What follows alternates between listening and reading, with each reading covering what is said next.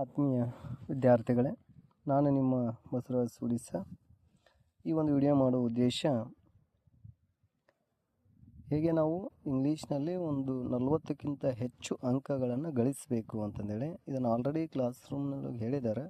But ಈ 10 ದಿನಗಳಲ್ಲಿ ನಾವು ಏನು ಓದಬೇಕು, ಇದು ವಿದ್ಯಾರ್ಥಿಗಳಲ್ಲಿ ಗೊಂದಲ ಇರುತ್ತೆ. ಆ ಗೊಂದಲದ ನಿವಾರಣೆಗಾಗಿ 1 by 1 ನಾವೇನು ಕಲಿತಾ ಹೋಗಬೇಕು ಅನ್ನೋದನ್ನು ಇಲ್ಲಿ ಶಾರ್ಟಾಗಿ ಹೇಳ್ತಾ ಇದ್ದೀನಿ.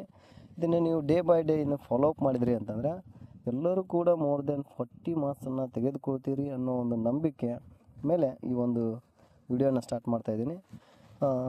ಈ ವಿಡಿಯೋವನ್ನು ಒಂದು ಸದುಪಯೋಗ ಪಡಿಸಿಕೊಳ್ಬೇಕು ಎಲ್ಲ ವಿದ್ಯಾರ್ಥಿಗಳು, ಮುಖ್ಯವಾಗಿ ಹುಡುಗರು ಆಯಿತು, ಮತ್ತು ಏನು ಬಿಲೋ 30ಕ್ಕಿಂತ ಮೊನ್ನೆ ರಾಜ್ಯ ಮಟ್ಟದ ಎಕ್ಸಾಮ್ನಲ್ಲಿ ಬಿಲೋ 30ಕ್ಕಿಂತ ಯಾರು ತೆಗೆದುಕೊಂಡಿರಲ್ಲ, ಇದು ಅವ್ರಿಗೆ ಹೆಲ್ಪ್ಫುಲ್ ಆಗುತ್ತೆ ಅಂತ ಹೇಳ್ತಾ, ಮೊದಲನೇದಾಗಿ ಕೋಟ್ ಫ್ರಮ್ ಮೆಮೊರಿ ಒಳಗೆ, ಈ ಕೋಟ್ ಫ್ರಮ್ ಮೆಮೊರಿ ಒಳಗೆ ದ ಕ್ವಾಲಿಟಿ ಆಫ್ ಮರ್ಸಿ ಇದನ್ನು ಬ್ಯಾಟ್ ಮಾಡಿದ್ರೆ ಇಲ್ಲಿ ನಿಮಗೆ 4 ಮಾರ್ಕ್ಸ್ ಸಿಗ್ತವೆ.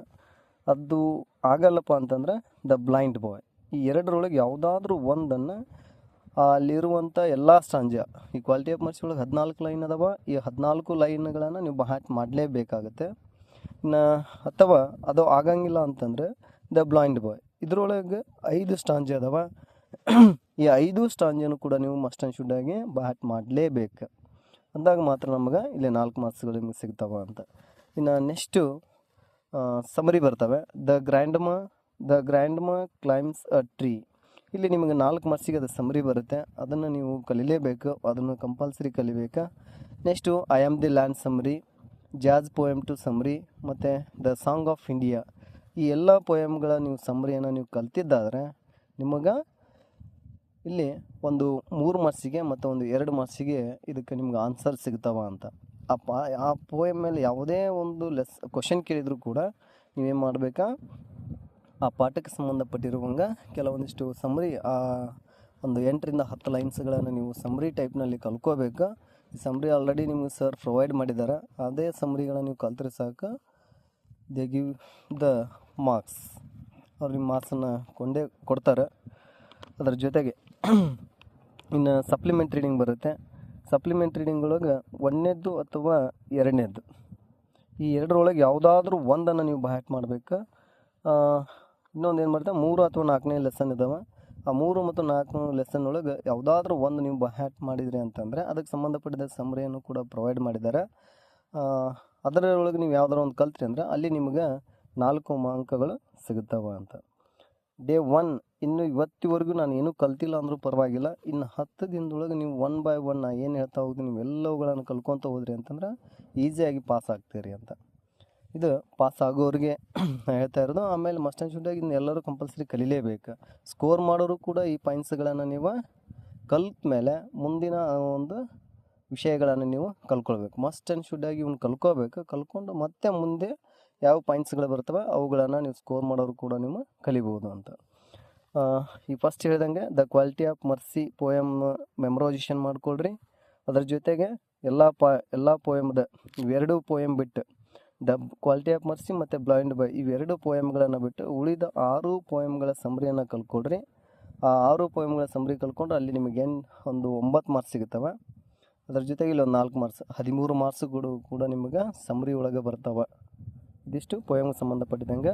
ಇನ್ನು ಸಪ್ಲಿಮೆಂಟ್ ರೀಡಿಂಗ್ ಒಳಗೆ ಇಲ್ಲಿ 1 ಅಥವಾ 2 ಇದಾವೆ. ಇದರ 3 ಮತ್ತು 4, ಇದರೊಳಗೆ ಯಾವುದಾದ್ರೂ ಒಂದು ಬ್ಯಾಟ್ ಮಾಡಿದ್ರೆ ಇಲ್ಲೇ 4 ಮಾರ್ಕ್ಸ್ ಸಿಗ್ತಾವೆ. ಇನ್ನು ಗ್ರಾಮರ್ಗೆ ಸಂಬಂಧಪಟ್ಟಿರುವ ಹಾಗೆ ಇಲ್ಲಿ ಪಿಕ್ಚರ್ ಡಿಸ್ಕ್ರಿಪ್ಷನ್ ಬರುತ್ತೆ. ಇದ್ರ ಬಗ್ಗೆ ಆಲ್ರೆಡಿ ಡಿಸ್ಕಷನ್ ಕೂಡ ಆಗಿದೆ, ಭಾಳ ಈಸಿಯೆಸ್ಟ್ ಆಗಿದೆ. ಇಲ್ಲಿ ನಿಮಗೆ ಅದು 3 ಮಾರ್ಕ್ಸ್ ಸಿಗುತ್ತೆ. ಇನ್ನು ನೆಕ್ಸ್ಟ್ ಪ್ರೊಫೈಲ್ ರೈಟಿಂಗ್, ಅದನ್ನು ಕೂಡ ಅಲ್ಲಿ 3 ಮಾರ್ಕ್ಸಿಗೆ ಬರುತ್ತೆ. ಇನ್ನು ಅನ್ಸಿನ್ ಪ್ಯಾಸೇಜ್ ಇದೆ, ಇದು ಕೂಡ ಈಸಿಯಾಗಿದೆ, ಇಲ್ಲಿ ಕೂಡ 4 ಮಾರ್ಕ್ಸ್ ಬರುತ್ತೆ. ಇನ್ನು ಲೆಟರ್ ರೈಟಿಂಗ್ ಇದೆ, ಲೆಟರ್ ರೈಟಿಂಗ್ ಒಳಗೂ ಕೂಡ 5 ಮಾರ್ಕ್ಸ್.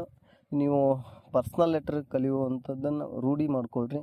ಒಂದಿಷ್ಟು ಲೈನ್ಸ್ಗಳನ್ನು ಯಾರಿಗೇ ಬರೆದ್ರೂ ಕೂಡ, ತಂದೆ ತಾಯಿ ರಿಲೇಷನ್ಸಿಗೆ ಯಾರಿಗೇ ಬರೆದ್ರೂ ಕೂಡ ಕೆಲವೊಂದಿಷ್ಟು ಕಾಮನ್ ಆಗಿ ಕೆಲವೊಂದಿಷ್ಟು ವರ್ಡ್ಸ್ಗಳದಾವೆ, ಅವ್ನು ಆಲ್ರೆಡಿ ನಿಮಗೆ ಬರ್ಸೈತಿ, ಅವನ್ನ ಪ್ರಾಕ್ಟೀಸ್ ಮಾಡ್ಕೊಳ್ರಿ. ಅದರ ಜೊತೆಗೆ ಇನ್ನು ಎಸ್ಸೆ ರೈಟಿಂಗ್ ಬಗ್ಗೆ ಸ್ಟೋರಿ ರೈಟಿಂಗ್ ಇದೆ. ಈ ಸ್ಟೋರಿ ರೈಟಿಂಗ್ ಒಳಗೂ ಕೂಡ ಭಾಳಷ್ಟು ನೀವು 1ರಿಂದ ಹಿಡ್ಕೊಂಡು 10th ವರೆಗೂ ಏನು ಕಲ್ತಿದ್ದೀರಿ ಅದೇ ಸ್ಟೋರಿಗಳು ಕನ್ನಡದಾಗ ಆಗಿರ್ಬೋದು, ಹಿಂದಿ ಒಳಗಾಗಿರ್ಬೋದು, ಅಥವಾ ಇಂಗ್ಲೀಷ್ನೊಳಗಾಗಿರ್ತವೆ ಇದೇ ಸ್ಟೋರಿ ಕೊಟ್ಟಿರ್ತಾರೆ. ಅದನ್ನು ನಾವು ಅಲ್ಲಿ ಸೂಟೇಬಲ್ ಆಗಿರುವಂಥ ಕರೆಕ್ಟ್ ಆಗಿರುವಂಥ ಎಲ್ಲ ಪಾಸ್ಟ್ ಟೆನ್ಸ್ ಒಳಗೆ ಸಿಂಪಲ್ ಪಾಸ್ಟ್ ಟೆನ್ಸ್ ಒಳಗೆ ಆ ಒಂದು ಸೆಂಟೆನ್ಸನ್ನು ನೀವು ಬರಿತಾ ಹೋಗಬೇಕು. ಅಲ್ಲಿ ಕ್ಲೂ ಕೊಟ್ಟಿರ್ತಾರೆ, ಆ ಕ್ಲೂಗಳನ್ನು ಯೂಸ್ ಮಾಡಿಕೊಂಡು ಅಲ್ಲಿ ಪ್ರಿಪೋಸಿಷನ್ನು, ಕಂಜಂಕ್ಷನ್ಸು, ಆರ್ಟಿಕಲ್ಸ್ ಇವುಗಳನ್ನು ಯೂಸ್ ಮಾಡ್ತಾರೆ. ಅವ್ನು ಮಾಡಿರಿ ಅದು ಆಗಲಿಲ್ಲ ಅಂತಂದ್ರೆ ಅಲ್ಲಿ ಏನು ಸ್ಟೋರಿ ಕೊಟ್ಟಿರ್ತಾರೆ ಆ ಸ್ಟೋರಿಯಲ್ಲಿ ಡಾಟ್ ಲೈನ್ ಇರ್ತವೆ. ಆ ಡಾಟ್ ಲೈನ್ಗಳನ್ನು ತೆಗೆದು ಆ್ಯಸ್ ಇಟ್ ಈಸ್ ಅದು ಹೆಂಗಿದೆ ಹಂಗೆ ಬರೆದ್ರೂ ಕೂಡ ಅಲ್ಲಿ ನಿಮಗೆ 1.5 2 ಅಂಕಗಳು ಸಿಗುವಂಥ ಚಾನ್ಸ್ ಇರುತ್ತೆ. ಇನ್ನು ನೆಕ್ಸ್ಟು ಎಸ್ಸೆ ರೈಟಿಂಗ್ ಇದೆ. ಈ ಎಸ್ಸೆ ರೈಟಿಂಗ್ ಒಳಗೆ ಕಳೆದ ವರ್ಷದ ಓಲ್ಡ್ ಕ್ವಶನ್ ಪೇಪರನ್ನು ನೋಡಿದಾಗ ಪ್ರತಿ ವರ್ಷ ಕೂಡ ಬಿಫೋರ್ 2015 ಹಿಡ್ಕೊಂಡು 2015 ಹಿಡ್ಕೊಂಡು ಅಪ್ ಟು 24ವರೆಗೂ ಒಂದಿಲ್ಲ ಒಂದು ಕ್ವಶನ್ ಪೇಪರ್ನೊಳಗೆ ಪೊಲ್ಯೂಷನ್ ಬಗ್ಗೆ ಕಂಪಲ್ಸರಿ ಬಂದಿದೆ. ಸೊ ಆ ಪೊಲ್ಯೂಷನ್ ಒಂದು ಎಸ್ಸೆಯನ್ನು ನೀವು ಚೆನ್ನಾಗಿ ಅದನ್ನು ಪ್ರಿಪೇರ್ ಆಗಬೇಕು. ಅದರ ಜೊತೆಗೆ ಇನ್ನೊಂದು ಮೊಬೈಲ್ ಆಗಿರ್ಬೋದು ಅಥವಾ ಇಂಟರ್ನೆಟ್ ಆಗಿರ್ಬೋದು ಅವುಗಳನ್ನು ಕೂಡ ನೋಡ್ಕೊಳ್ಬೇಕು. ಬಟ್ ಪೊಲ್ಯೂಷನ್ ಕಂಪಲ್ಸರಿ ಕಲ್ತ್ಕೊಳ್ರಿ, ಅಲ್ಲಿ ನಿಮ್ಗೆ 4 ಮಾರ್ಕ್ಸಿಗೆ ಕಂಪಲ್ಸರಿ ನಿಮ್ಗೆ ಬರುತ್ತಾ ಅಂತ. ಇವು ಇಷ್ಟು ಗ್ರಾಮರ್ಗೆ ಸಂಬಂಧಪಟ್ಟಿದಂಗೆ. ಇನ್ನು 1 ಮಾರ್ಕ್ಸ್ ಗ್ರಾಮರ್ ಇವೆಲ್ಲಗಳನ್ನು ಕಲ್ತ್ಕೊಂಡು ಆದಮೇಲೆ ಇವನು ಫಸ್ಟ್ ಮಸ್ಟ್ ಆ್ಯಂಡ್ ಶುಡ್ ಆಗಿ ಇವನು ಕಲ್ತ್ಕೋಬೇಕು. ಒಂದು ಎಲ್ಲ ಪೋಯಮ್ಗಳ summary except the quality of mercy and the blind boy, ಇವನ್ನ 2 ಬಿಟ್ಟು ಎಲ್ಲ ಸಮ್ರಿ ಕಲ್ತ್ಕೋಬೇಕು. ನೆಕ್ಸ್ಟ್ ಸಪ್ಲಿಮೆಂಟ್ ರೀಡಿಂಗ್, ಇಲ್ಲಿ 1ನೇದು ಅಥವಾ 2ನೇದ್ರೊಳಗೆ 1, 3 ಅಥವಾ 4ರೊಳಗೆ 1 ಕಲ್ತ್ಕೋಬೇಕು. ಆಮೇಲೆ ಇವನು ಬರೆದು ತೆಗಿಬೇಕು. ಪಿಕ್ಚರ್ ಡಿಸ್ಕ್ರಿಪ್ಷನ್ ಆಗೋದು ನಾನು ಬರುತ್ತೆ ಅನ್ನೋ ಒಂದು ಹೋಪ್ ಬೇಡ, ಓವರ್ ಥಿಂಕ್ ಬೇಡ, ಸರಿ ಓವರ್ ಪಾಸಿಟಿವಿಟಿ ನಂಗೆ ಬೇಡ. Write down first must and should ಆಗಿ ಏನು ಮಾಡಬೇಕು, ನಾವು ಬರಿಬೇಕು. ದಿನ ಒಂದು ಬರಿಬೇಕು. ನೀವು ದಾರಿಯಲ್ಲಿ ನೋಡುವಂಥ ವಸ್ತುಗಳದವ ಅದನ್ನು ರೈಟಿಂಗ್ ಒಳಗೆ ಬರಿತಾ ಹೋಗ್ಬೇಕು. ಏನು ನೋಡಿರ್ತೀರಿ ಅದನ್ನು ಬರಿತಾ ಹೋಗ್ಬೇಕು. ಅಂದರೆ ಇಲ್ಲಿ ಸ್ಪೆಲ್ಲಿಂಗ್ ಮಿಸ್ಟೇಕ್ಗಳು ಕೂಡ ನಮಗೆ ಕಡಿಮೆ ಆಗ್ತಾ ಹೋಗ್ತವೆ. ಪ್ರಾಪರ್ ರೈಟಿಂಗ್ ಬರಿಬೇಕು. Unseen passage, letter writing, story writing, ಆಮೇಲೆ ಪೊಲ್ಯೂಷನ್ ದಿನ ಒಂದ್ಸಲ ಬರೆದು ತೆಗೆದ್ರಿ ಅಂತಂದರೆ ನಿಮ್ಗೆ ಆಟೋಮೆಟಿಕ್ಕಾಗಿ ಬರುತ್ತೆ ಅಂತ. ಇನ್ನು 1 ಮಾರ್ಕ್ಸ್ನೊಳಗೆ ಇಂಗ್ಲೀಷ್ನೊಳಗೆ ನಾವೆಲ್ಲ ಓಲ್ಡ್ ಕ್ವಶನ್ ಪೇಪರನ್ನು ನೋಡಿದಾಗ ಅತಿ ಹೆಚ್ಚು ಅಂಕಗಳು ಕಂಪಲ್ಸರಿ ಬರುವಂತಹ ಒಂದು ಕ್ವಶನ್ಸ್ಗಳು ಅಂತಂದರೆ ಮತ್ತು ಈಸಿಯಾಗಿ ಕೂಡ ಇವುಗಳನ್ನು ನಾವು ಅರ್ಥ ಮಾಡ್ಕೊಳ್ಬೋದು ಅಂತ. ಹಾಗಾದರೆ ಯಾವುವು ಅಂತಂದರೆ ಒಂದು ಕೊಲೋಕ್ವೆಷನ್ಸ್ ಬರುತ್ತೆ, ಸಿಲ್ಯಾಬಲ್ ಬರುತ್ತೆ, ಇನ್ನು ಕ್ವಶನ್ ಟ್ಯಾಗ್ ಬರುತ್ತೆ, ಈಫ್ ಕ್ಲಾಸ್, ಇನ್ಫಿನಿಟಿವು, ಅದ್ರ ಜೊತೆಗೆ ಆರ್ಟಿಕಲ್ಸ್, ಅದ್ರ ಜೊತೆಗೆ ಲ್ಯಾಂಗ್ವೇಜ್ ಫಂಕ್ಷನ್ಸ್ ಇವುಗಳು ಕೂಡ ಇಲ್ಲಿ 7 ಮಾರ್ಕ್ಸ್ ಸಿಗ್ತವೆ. ಪೋಯಮ್ ಸಮ್ರಿ ಕಲ್ತ್ರೆ 13 ಮಾರ್ಕ್ಸು, ಇಲ್ಲಿ ಒಂದು 4 ಮಾರ್ಕ್ಸ್ ಬರುತ್ತೆ. ಸಪ್ಲಿಮೆಂಟ್ ರೀಡಿಂಗ್ 4 ಮಾರ್ಕ್ಸು, ಪೋಯಮ್ ಸಮ್ರಿ ಕಲ್ತ್ರೆ 13, ಸಪ್ಲಿಮೆಂಟ್ ರೀಡಿಂಗ್ 4, ಒಟ್ಟು ಇಲ್ಲಿ 17 ಮಾರ್ಕ್ಸ್ಗಳಾಗ್ತವೆ. ಅದ್ರ ಜೊತೆಗೆ ಇವೆಲ್ಲ ಗ್ರಾಮರ್ 3 ಮಾರ್ಕ್ಸಿಂದು ಮತ್ತು 4 ಮಾರ್ಕ್ಸಿಂದು ಸೇರಿದರೆ ಇಲ್ಲಿ ಒಂದು 20 ಮಾರ್ಕ್ಸ್ ಸಿಗುತ್ತೆ. ಈ ಒಂದು 1 ಮಾರ್ಕ್ಸ್ ಗ್ರಾಮರ್ ಒಳಗೂ ಕೂಡ ಒಂದು 7 ತೊಗೊಂಡ್ರೆ ಇಲ್ಲಿ 27, ಒಂದು 17, ಒಟ್ಟು ಒಂದು 17 ಒಂದು 27 ಎಷ್ಟಾಗ್ತದೆ ನೋಡಿರಿ. 27 ಪ್ಲಸ್ ಒಂದು 17 ಒಟ್ಟು 44 ಅಂಕಗಳನ್ನು ನಾವು ಇವುಗಳನ್ನು ಪಡ್ಕೋಬೋದು ಅಂತ. ಇವಿಷ್ಟು ಭಾಳಷ್ಟು ಇಂಗ್ಲೀಷ್ನಲ್ಲಿ ಇವುಗಳನ್ನು ಕಲಿತ್ರೆ ಮಾತ್ರ ನಮ್ಮದು ಸ್ಕೋರಣ ಆಗುತ್ತೆ ಮತ್ತು ಪಾಸಿಂಗು ಕೂಡ ಆಗುತ್ತೆ ಅಂತ. ಅಂದರೆ ವಿದೌಟ್ ಪ್ರೋಸ್ ನಾವು ಒಂದು ಪಾಠನೂ ಕೂಡ ಓದಲಿಲ್ಲ ಅಂದರೂ ಪರವಾಗಿಲ್ಲ, ಇವುಗಳನ್ನು ನಾವು ಇಷ್ಟು ಕರೆಕ್ಟಾಗಿ ಕಲ್ತೀವಿ ಅಂದರೆ 44 ಮಾರ್ಕ್ಸ್ಗಳು ಕೂಡ ಖಂಡಿತ ಸಿಗ್ತವೆ. ಇವುಗಳನ್ನು ಡೈಲಿ ಪ್ರಾಕ್ಟೀಸ್ ಮಾಡಿರಿ. ಓದೋದಕ್ಕಿಂತ ಬರೆದು ತೆಗೆಯೋದ್ರಿಂದ ನಮಗೂ ಹ್ಯಾಂಡ್ ರೈಟಿಂಗು ಇಂಪ್ರೂವ್ ಆಗುತ್ತೆ. ಅದರ ಜೊತೆಗೆ ಸ್ಪೆಲ್ಲಿಂಗ್ ಮಿಸ್ಟೇಕ್ಸು ಕೂಡ ಸರಿ ಆಗ್ತವೆ ಅಂತ ಹೇಳ್ತಾ ಈ ಒಂದು ವಿಡಿಯೋವನ್ನು ಎಲ್ಲರೂ ಕೂಡ ಇದನ್ನು ಫಾಲೋಅಪ್ ಮಾಡಬೇಕು. ಇವುಗಳನ್ನು ಕಲಿತ ಮೇಲೆ ಸ್ಕೋರ್ ಮಾಡೋರಾಗಿರ್ಬೋದು, ಪಾಸ್ ಆಗೋರಾಗಿರ್ಬೋದು, ಇವುಗಳನ್ನು ಮಸ್ಟ್ ಆ್ಯಂಡ್ ಶುಡ್ ಕಲಿತ ಮೇಲೆ ಇನ್ನು ಉಳಿದಿರ್ತಕ್ಕಂಥ ಪಾಯಿಂಟ್ಸ್ಗಳನ್ನು, ಆಮೇಲೆ ಗ್ರಾಮರ್ಗಳನ್ನು, ಅದರ ಜೊತೆಗೆ ಪ್ರೋಸಿಗೆ ಬರುವಂಥ 2 ಮಾರ್ಕ್ಸ್ ಕ್ವಶನ್ಸನ್ನು ಮತ್ತು ಎಕ್ಸ್ಟ್ರಾಸ್ಗಳನ್ನು ಅವುಗಳನ್ನು ಕಲ್ತ್ಕೋಬೋದು ಅಂತ. ಇಲ್ಲಿವರೆಗೂ ಏನು ಕಲ್ತಿಲ್ಲ ಅಂದರೂ ಕೂಡ ಈ ಎಲ್ಲ ಪಾಯಿಂಟ್ಸ್ಗಳನ್ನು ಡೇ 1 by 1 ನೀವು ಕಲಿತಾ ಹೋದ್ರಿ ಅಂತಂದರೆ you will pass the examination. All the best.